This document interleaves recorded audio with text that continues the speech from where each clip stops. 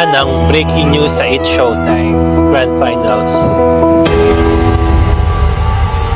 There were nights where the wind was so cold, but it frozen. So coming back to me now. Wow. Right outside the window.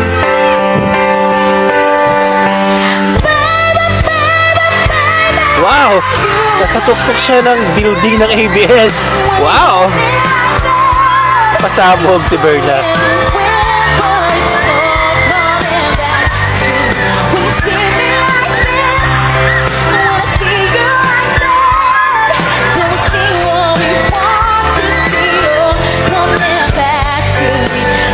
Stable pa rin yung boses niya kahit nasa tuktok siya.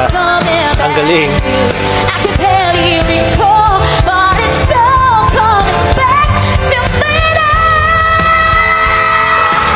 High notes, andun. Andun talaga yung talent. Ang talent, andun.